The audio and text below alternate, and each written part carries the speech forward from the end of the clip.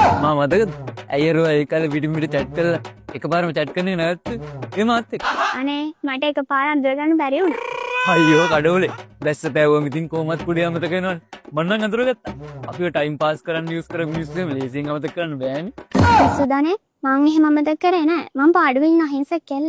මම මැසේජ් කරනකොට අකමැත් කරන්න වෙන්න මට මැසේජ් කරලා විටිමිට කෝල් කරා කම්මැලි වෙලාවට මට දුක්ඛ කියලා එහෙම නැති වෙලාවට මාව එක දිගට මග ඇරලා මට ඒක දෙන්න පාඩුවේ ඉද්දි මට එක ඉඟි දීලා මං අහුවේගෙන වගේ එනකොට මම මග ඇරලා කතා කරන එක නවත්තලා දාපු ඔයා අහිංසකයි ඉන්නම අනේ මේ හොඳ කෙල්ලෙක් කියලා හිතලා මගේ වැඩ සේරම පැත්තක දාලා නානකොට කනකොට බොනකොට හැමතැනම යනකොට සේරම වෙලාවල් වල මැසේජ් කරලා ඔයා මම මග ඇරනවා කියලා දෙනකොට මගේ ආත්ම කරුත්තේ සුනකයට දාලා ඔයා වෙනුවෙන් බලාගෙන ඉඳලා හැම වෙලෙම chat එක රීෆ්‍රෙෂ් කර කර බලපු මම කොච්චර අහිංසක කොල්ලෙක්ද එහෙම තමයි ඉතින් chat කරලා ඇති කියලා හිතනම නවත්තනවා.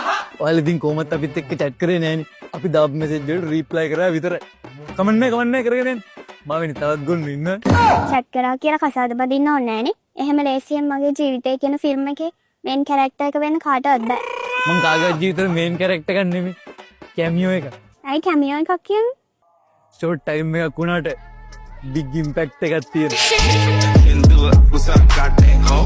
Juice, do you ever get that modern day straws?